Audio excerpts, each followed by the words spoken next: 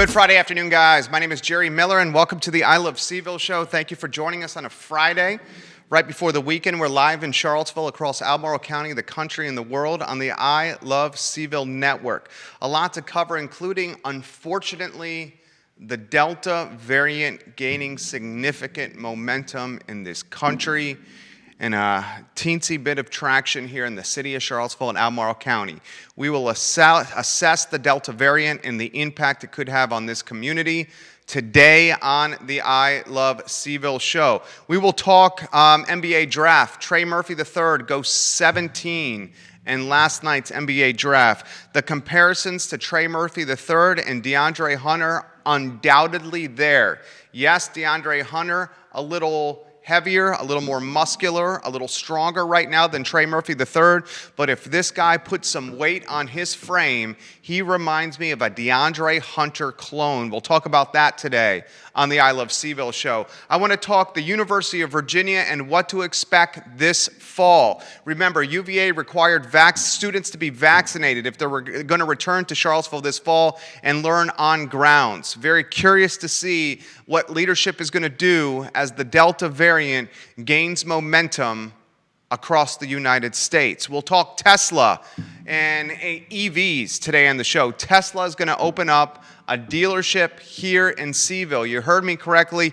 Elon Musk and Tesla opening a dealership in Charlottesville. We'll give you some of the nitty-gritty behind the scenes of this Tesla dealership on today's program. A lot to cover on the show, including Ralph Northam, the governor of Virginia, and his tweets from yesterday that frankly offer nothing of substance for the Commonwealth of Virginia. Do me a favor before we start the program. Give the show a like and a share. Anywhere you are watching, hit the like button. Share the show if you're on Twitter, Instagram, Facebook, LinkedIn, YouTube, Spotify, Apple Podcasts, TikTok, Snapchat. Tell your friends, tell your friends, tell your family, and tell your family.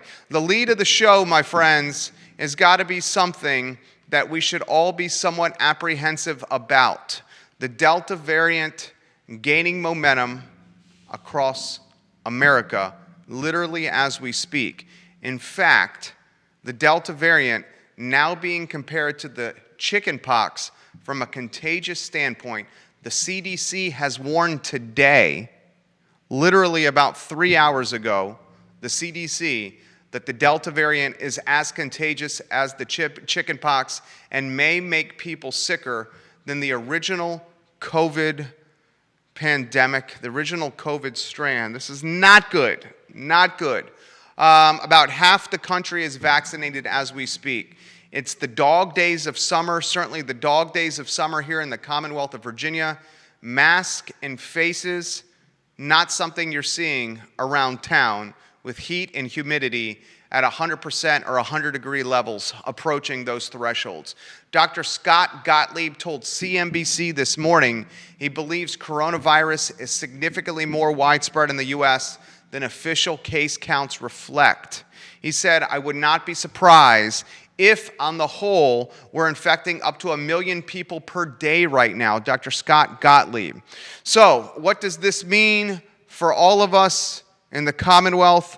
What does this mean for all of us in Charlottesville and in Albemarle County? Well, in the city of Charlottesville, about 5 people have tested positive for the virus each day last week. In Albemarle County, that number was around 10 people every day. Now, those numbers are well below national averages. Regardless, it's an uptick for where we were about 45 days ago. 45 days ago or so, we thought in Charlottesville and Albemarle County, we had squashed, we had eliminated, we had absolutely disappeared COVID from the city and from the county. In fact, Albemarle was number 1 in the Commonwealth from a vaccination standpoint. The city of Charlottesville was number 3.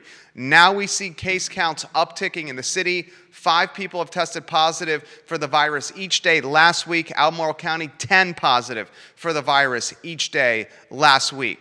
This is, and I'm not going to jump to conclusions. I don't want to hyperbolize. I just want to offer this perspective. It's something to track. It's something to track. We don't as a community, we don't as a city, as a county, as a commonwealth, as a country, to get back to where we were last year. Last year, we were stuck at home quarantining.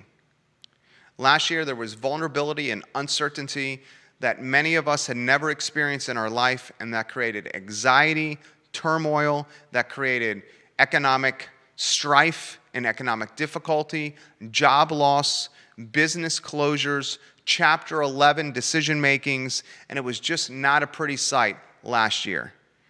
If we can get ahead of this, and that's through vaccinations and masks, we can win the battle that is the Delta variant. We must follow the trends, and the trends are speaking for themselves. The next question we have to ask, how will this impact students returning to UVA in the fall? The University of Virginia is requiring all students to be vaccinated when they return to Charlottesville and to the grounds of Thomas Jefferson University. You have to show proof of vaccination before you can get into your dorm, use a UVA building, go to class in person. The troubling aspect of all this, the vaccinations, depending on what you got, may not completely protect you from the Delta variant. And it certainly will not prevent a vaccinated person from passing the Delta variant on to somebody else. I'm no expert. All I do is read a lot. Voracious appetite for reading. Booster shots are on the horizon, especially for someone like me who got the Johnson & Johnson one-shot vaccine. There's no doubt in my mind a booster shot is on my near horizon. There's no doubt in my mind, if the Delta variant continues to gain momentum, that the conversations about masks, 6 feet of distancing, inside interactions may be limited, and frankly, I'm nervous, trepid, and concerned on how this could impact the return to in-person school in less than a month. Frankly, I'm nervous, trepid, and concerned how this is going to impact the University of Virginia's decision-making with bringing students from all over the world, all over the country, back to Charlottesville. If you remember in 2020, Jim Ryan's administration at UVA chose to encourage students to not return to the city of Charlottesville because Jim Ryan and his administration wanted to protect the city of Charlottesville from a pandemic that had never been seen before. The really frustrating aspect of all this, 45 days ago,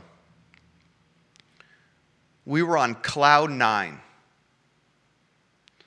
We were standing on the top of Carter's Mountain, screaming from the tip of Wendell Woods Mountain, screaming from the tip of Child's Orchard, from Carter's Mountain. And we were pounding our chests in Charlottesville and Albemarle, saying, we beat this, we beat this, we beat this. I don't want to say we celebrated too soon, because everyone knows hindsight is 20/20. I just encourage anyone that's listening, that's watching, that follows our platform and our network to be safe, to realize this is not behind us, to take the advantage of vaccines, to get vaccinated, to encourage others to get vaccinated. The last thing we all want is school in person to be impacted. Moms and dads, sons and daughters need the mental health, the sanity, the social interaction, the behavioral interaction, the athletic interaction, the academic interaction, and the peace of mind of in-person education. The last thing we want is a wave of business closures tied to 25,000 students not being in Charlottesville. It's no coincidence that Little John's on the corner closed during a pandemic. It's no coincidence that Michael's Bistro on the UVA corner closed during a pandemic. It's no coincidence that Sheetz on the UVA corner closed during a pandemic. It's no coincidence that the College Inn on the UVA corner closed during a pandemic. When you take 25,000 students and you remove them from the Charlottesville economy and ecosystem, you're going to have closures, Chapter 11s, and broken hearts and broken dreams. I'm a small business owner myself. I understand the sweat equity, the commitment, the time away from family, the effort, the sacrifice that goes into building a brand and a business. 13 years and counting for this firm. I encourage all of us watching the program to be safe, to get the jab in your arm, the vaccination. And if you feel so inclined to wear a mask. I've had this debate, this conversation with a lot of folks.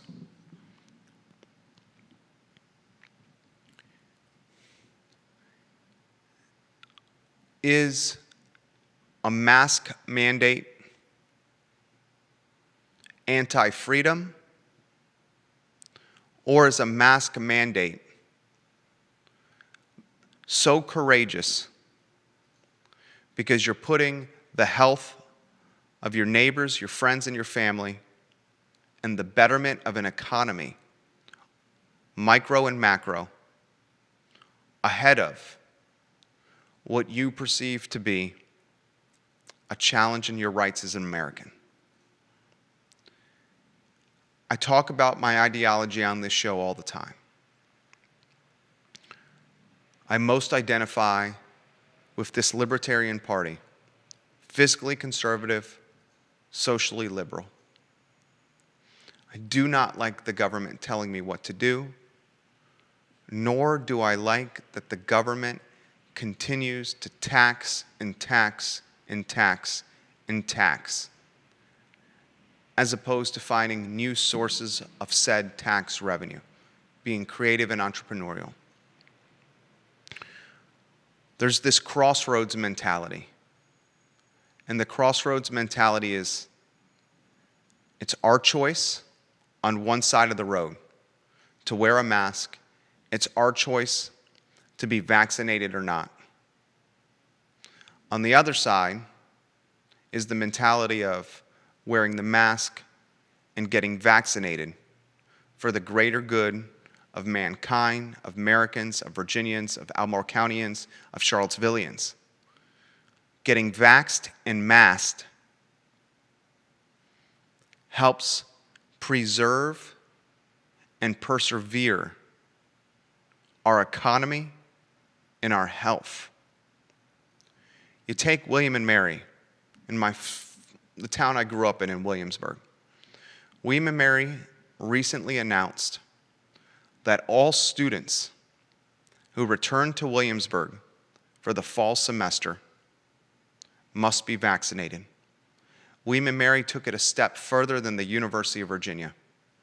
William and Mary is requiring all staff to be vaccinated as well before the start of the fall semester. Interestingly, the University of Virginia has only required students to be vaccinated before they return to grounds. Staff, it's their choice whether to get the poke in the arm or not. Yesterday, Ralph Northam released a series of tweets that basically said absolutely nothing. He said that he recommended people to wear masks due to the recent rise in the Delta variant. However, he said he would not mandate masks to return to Virginia. So you got a governor, the top elected official in the Commonwealth, a physician, a medical doctor, And this medical doctor on a social media platform says, in a nutshell, Delta is rising, and it's rising quickly. Maybe you should consider wearing a mask, but I'm not going to make you. Why put out the tweets in the first place, Governor Northam? You basically did a series of tweets that showed indecision, spinelessness, and you're contributing to a news cycle of vulnerability and uncertainty. As an elected official, you're voted into office to take a stand. Your skin's got to be thick, because half the people are going to agree with you, the other half of the people are going to be well opposed to what you're saying. Going on a social media platform when anything you publish on Twitter is going to turn into statewide news, if not regional or countrywide news. And you look, Northam's tweets are national news now, and you show a wishy-washy perspective, that does not drive or galvanize Virginians. You say yay or nay. You don't say down the middle maybe. It's not why you were voted into office. Right now, in the city of Charlottesville and in Albemarle County, the numbers are still fairly low. But they're going in the wrong direction when compared to 45 days ago. And if this wrong direction continues to gain momentum, I'm concerned about in-person education, elementary school and middle school in particular, because 12-year-olds and under are not vaccinated. I'm concerned that President Ryan and his administration will encourage students not to return in the fall. We're talking less than 30 days from now. And that's why the libertarian in me is going to say this. Courage in the pursuit of freedom often involves sacrifices, even sacrifices that we may, in the short term, feel violate our rights as Americans, Virginians, Charlottesvillians, and Albemarle Countyans. And I understand that so many, including myself, do not like to be told by the government what to do. But after dealing with this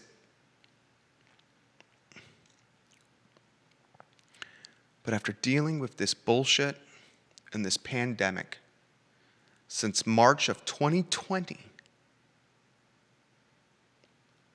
we are now 18 months into this. After 18 months of perspective, of quarantining, of sacrifice, changing our lives, watching our friends and family die, get sick, their businesses close,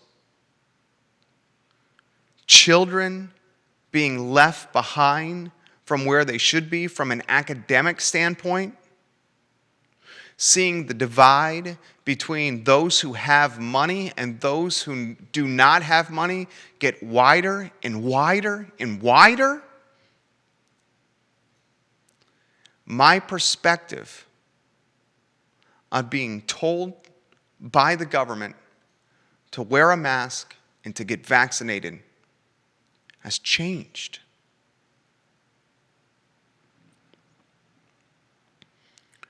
Students go to school and they're required to get a polio vaccination, a chickenpox vaccination. If we cannot kick this damn pandemic ourselves by offering Americans the choice to get vaccinated or not, we may be heading down the road of vaccination requirements.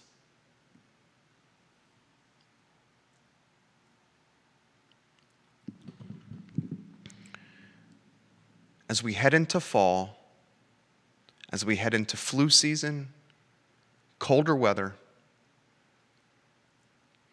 as we return from vacation, and we all flood inside places because it gets chilly around Central Virginia, what do you think is going to happen? What do you think is going to happen?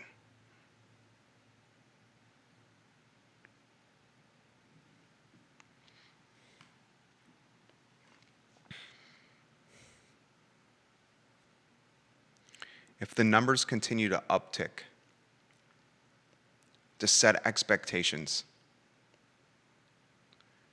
realize that masks and mandates to wear them are certainly on the near horizon.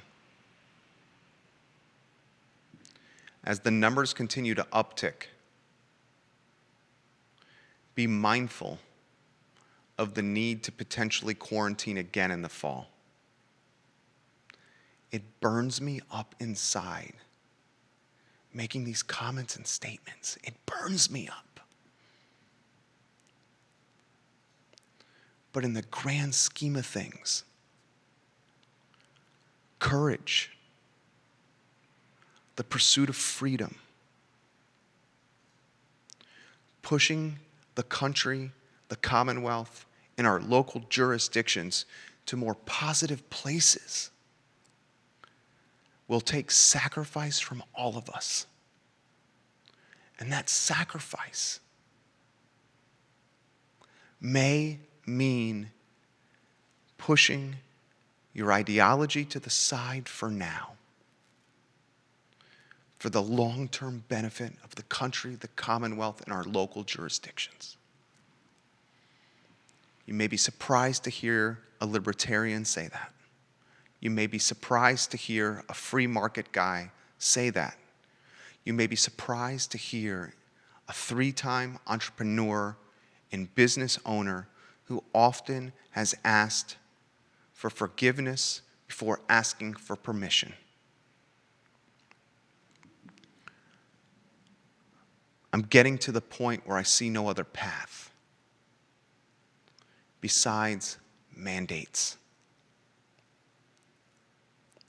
For the last 7 months, maybe 6 months, for most of 2021, we've watched science create a vaccination in record times.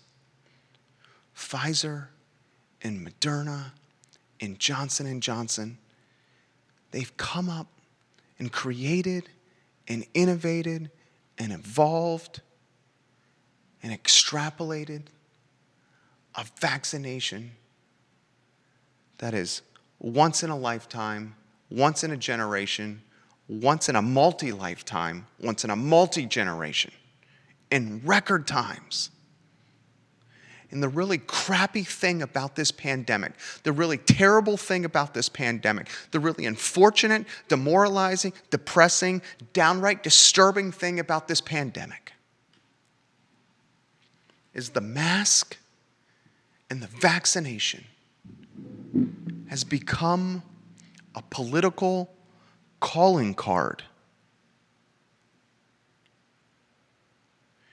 The mask and the vaccination, instead of being, let's embrace it like we did polio, and the vaccination that's kept polio at bay, the mask and a vaccination transpired during an election year last year.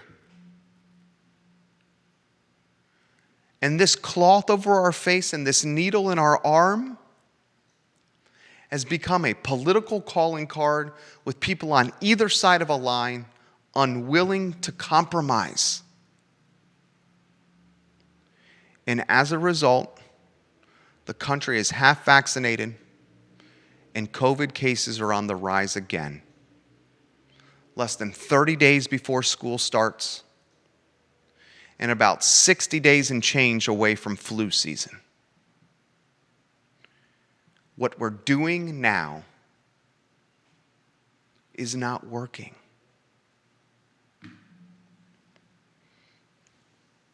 And that sucks. That sucks.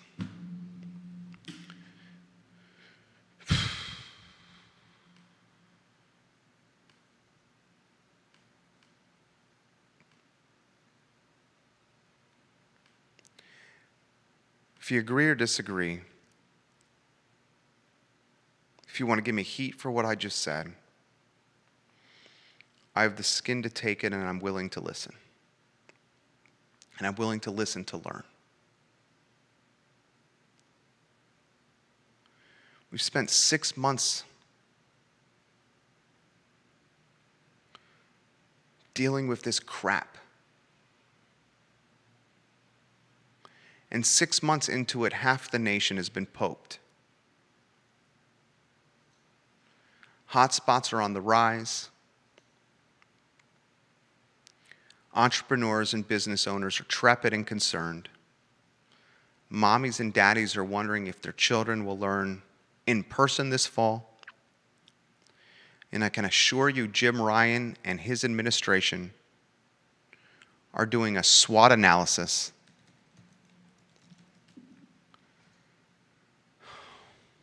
of strengths, weaknesses, opportunities, and threats analysis, a SWOT analysis on whether to bring students to Charlottesville to grounds in the fall. All right, let me sidestep this and get to a couple other items for you. Tesla dealership, Elon Musk's company, on the horizon for Charlottesville, Virginia. The California-based maker of battery-powered automobiles has filed an application with the DMV to open stores in Charlottesville, Norfolk, and Arlington. Tesla is unique because it sells its automobiles direct to consumers. It's B2C. A lot of car manufacturers aren't B2C, business to consumer. A lot of car manufacturers are B2B, business to business.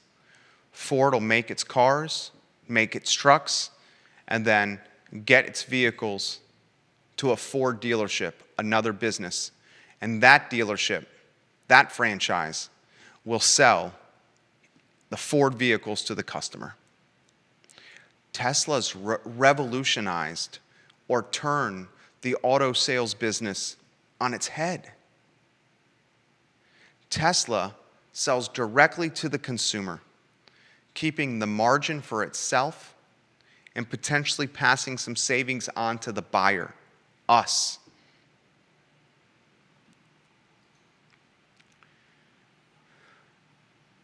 Tesla's move to open retail sites in Virginia has been controversial.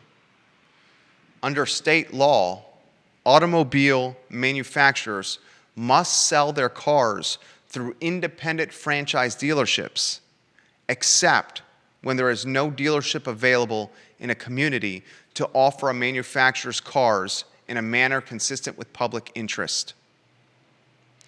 Elon Musk has insisted that no franchise dealers can profitably operate under its direct-to-consumer fixed-price business model in a manner consistent with public interest. As a result, Elon Musk and Tesla have said, we must open dealerships. Well, the courts agreed with Musk and Tesla. We got one on the horizon in Charlottesville. We got one on the horizon for Norfolk and Arlington. These 3 dealerships will complement the locations in Henrico County and in Tyson's Corner. If you wanted to buy a Tesla now, you go to Henrico, you go to Tyson's Corner.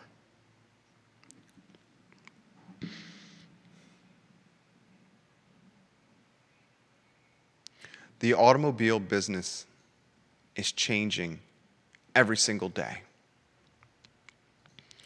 You got Car Lots, for example, that just opened on Pantops, a store that's being managed by Ned Galloway. Car Lots. Ned Galloway, the chairman of the Albemarle County Board of Supervisors. The Car Lots model is selling cars on consignment. It's like a thrift store. It's like a consignment shop. You got Carvana, right outside Richmond, that sells its vehicles almost like a vending machine.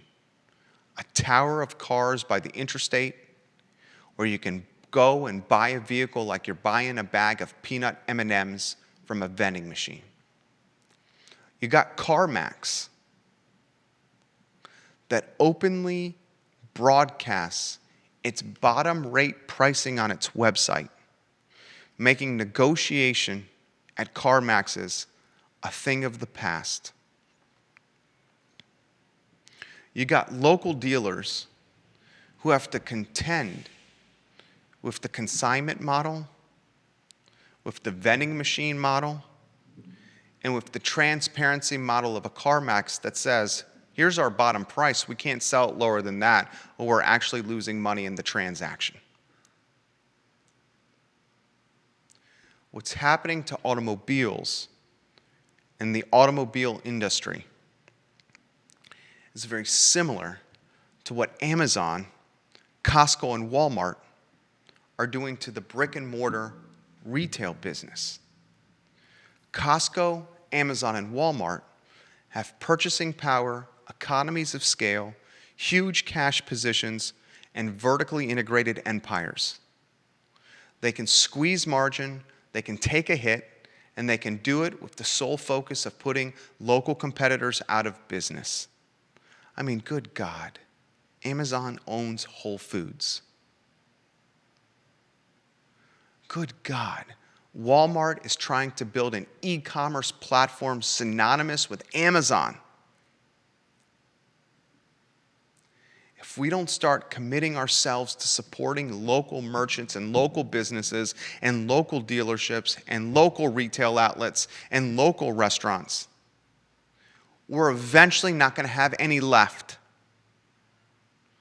COVID-19 in 2020 prioritized the Lowe's of the world, the Home Depots of the world, the Walmarts of the world, the Amazons of the world, the Targets of the world, and drove a death nail into the local mom and pop shops of the world. During the pandemic of last year, the most dangerous spot in Albemarle County was the Lowe's on Route 29 North. It's like the Wild West out there. Tesla opening a dealership in Charlottesville. That's going to change a lot of things. And it's going to put tailwinds behind the revolution of the automobile industry. Let's talk hoops. Trey Murphy III, drafted 17th overall by the Memphis Grizzlies. The expectation is he will be traded to the New Orleans Pelicans. Trey Murphy, 3 sticks, the 9th UVA player selected in the NBA draft since 2012. Mike Scott was drafted in 2012. Joe Harris, 2014. Justin Anderson, 2015. Malcolm Brogdon, 2016. Devin Hall, 2018. DeAndre Hunter, 2019. Ty Jerome and Kyle Guy in 2019. Hunter, Anderson, and Jerome were first-round selections. Mike Scott, Joe Harris, Malcolm Brogdon, Devin Hall, and Kyle Guy drafted in the second round. Trey Murphy, 3 sticks, is the 11th UVA player to be selected in the first round. Barry Parkhill was selected in the first round in 1973. Wally Walker in 76. Jeff Lamp in 81. Ralph Sampson in 83. Olden Polynice in 87. Brian Stiff in 92. Corey Alexander in 95. Justin Anderson in 2015. DeAndre Hunter and Ty Jerome in 2019. Trey Murphy, 3 sticks. His upside is through the roof. If the man can add some muscle and some beef into some weight to his 6'9" frame, this guy is DeAndre Hunter reincarnated. A 3-and-D type player that can guard multiple positions. A 3-and-D type player that was the only UVA basketball player in program history to shoot 50% plus from the field, 40% plus from downtown, from bonus sphere, and 90% plus from the charity stripe. We watched him play for Tony Bennett's program and guard point guards, shooting guards, small forwards, power forwards, and centers. Now, he's not going to guard all 5 spots in the National Basketball Association. But Trey Murphy, 3 sticks, could probably guard 4 spots, 1 through 4, if he adds some beef, some brawn, some muscle, and some husky to that 6'9" frame with a 7'1" wingspan. This dude is DeAndre Hunter reincarnated. Now let's talk Sam Hauser and Jay Huff. Sam Hauser has agreed to a 2-way contract with the Boston Celtics. Jay Huff has agreed to an Exhibit 10 deal with the Washington Wizards. Jay Huff, dead-eye shooter, man. Dude can stroke it. He twiggles the twine. He can downright shoot a basketball. Jay Huff lacks some athleticism, some quickness, some leaping ability. We saw last year, at times, he was a liability on the defensive end. Quicker guys on the perimeter, blue pass, Sam Hauser. We saw last year. Sam Hauser last year, we saw was a liability at times on the defensive end. Sam Hauser, a dead-eye shooter. Sam Hauser, a guy that can shoot it from downtown, from the stripe. He's got a good mid-range game. But Sam Hauser lacks some quickness laterally and north and south. Sam Hauser is not going to jump out of a gym. Sam Hauser is not going to box you out with tremendous strength. I think the future for a Sam Hauser is some European basketball. I think the future for a Jay Huff is some European basketball. Jay Huff's Exhibit 10 contract can be converted into a 2-way or standard NBA deal if a team decides it wants to keep a player around beyond training camp. Jay Huff must go balls to the wall in training camp for the Wizards if he wants any kind of deal. Jay Huff may get a shot in the G League with the Capital City Go-Go. I think Hauser and Huff will likely end up in the G League and eventually in European basketball. Huff and Hauser's game is perfectly situated. Big guys that can stretch the floor, that can stroke it from downtown, and open up driving lanes for quicker perimeter players. Huff and Hauser's game is perfectly situated for European hoops. It's not greatly situated for the association. Regardless, Tony Bennett and this Wahoo basketball program are churning talent into professional contracts every single year.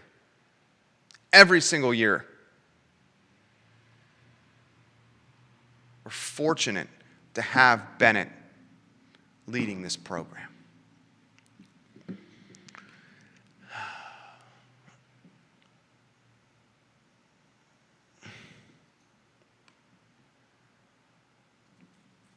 I want to encourage everyone watching to do exactly what Kelly Jackson just put on the feed. Kelly, I couldn't agree with you more. Protect our children under 12 who cannot get vaccinated and don't have a choice. My kid's 3. Kopi French is watching the program. And Kopi French says, what happened to my body, my choice, the Marxists love shouting about it. I'm in the Braveheart camp about freedom.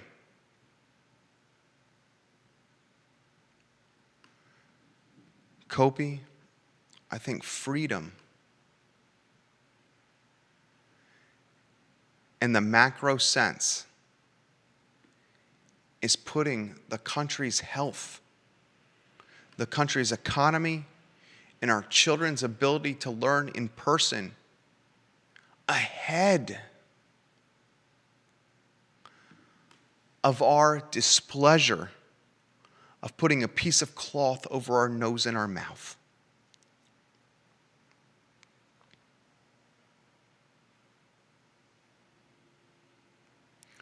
You look at what our founding fathers did. You look at the Boston Tea Party, you look at Paul Revere, you look at George Washington, Thomas Jefferson, John Adams, Mr. Ben Franklin, their families, their wives, and their children. These folks were willing to sacrifice their lives.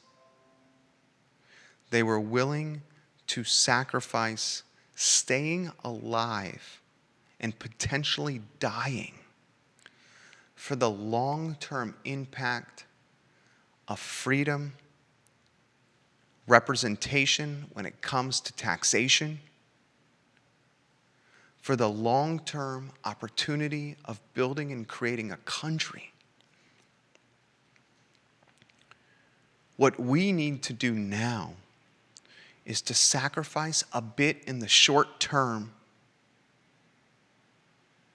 even if it goes against what we stand for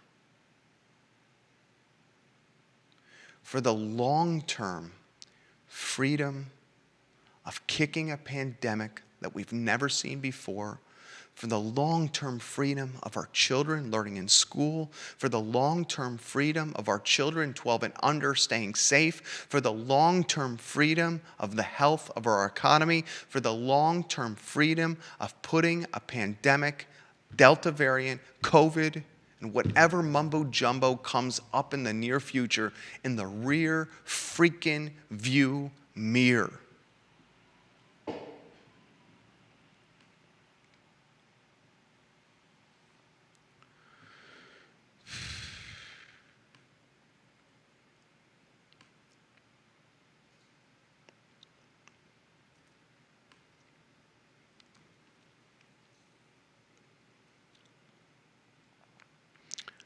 We don't want to see a Charlottesville without UVA students, a Central Virginia without UVA students again.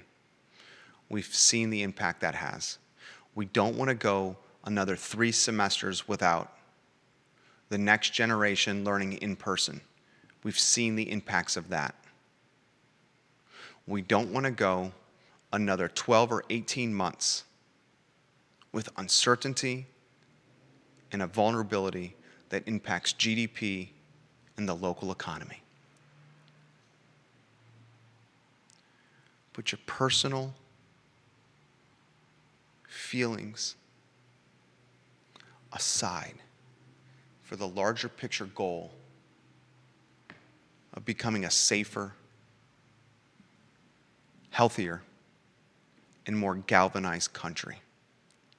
I'm going to close with this thought. If COVID-19